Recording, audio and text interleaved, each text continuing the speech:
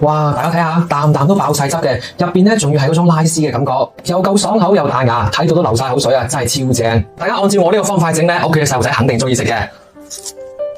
廢話唔多講啦，下邊咧就將詳細嘅方法全部分享俾大家。我哋先準備3嚿新鮮嘅豬後髀肉，咁呢個部位嘅肉咧就偏瘦啲嘅，食起身咧冇咁肥膩，用嚟整烤腸咧就啱晒啦。將個豬皮去咗之後咧，切成一粒，再將佢剁成肉碎。如果想個烤腸食起身有肉感又夠爽口咧，我哋千祈唔好剁得太幼啦，留翻少少肉粒咧，食起身口感會正好多嘅。剁好之後咧，放入大盤入邊，調味咧就加翻1羹鹽、1羹白糖、少少雞精、胡椒粉同埋生抽，再加翻啲老抽同埋生粉，再加1碗清水入去。然後我哋順住一個方向用力咁去攪佢。我哋攪嘅時候咧，記得一邊攪一邊去辣佢啦。咁啊，搭呢一步咧，一定係唔少得嘅。咁樣啲肉餡咧會更加之起膠，更加之有彈性嘅。一直攪到啲肉餡咧好難攪得喐啦，咁樣先為之起膠啦。調好味之後咧，幫佢笠翻個保鮮膜，放入冰箱冷藏佢2到3個鐘以上。咁樣凍過之後嘅肉餡整出嚟嘅烤腸咧特別爽口彈牙嘅。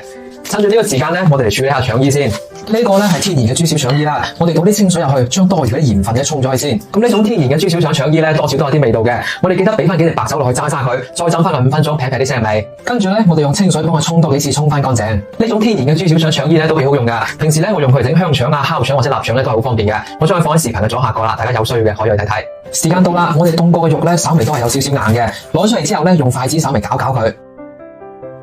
然後再裝入灌腸器入邊，裝滿咗之後咧就可以擰翻緊個蓋啦。我哋套腸衣嘅時候咧有個細節要注意啦，就係我哋套之前咧一定要擠翻少少肉出嚟，咁樣我哋套腸衣嘅時候咧就冇咁容易劃穿嘅啦。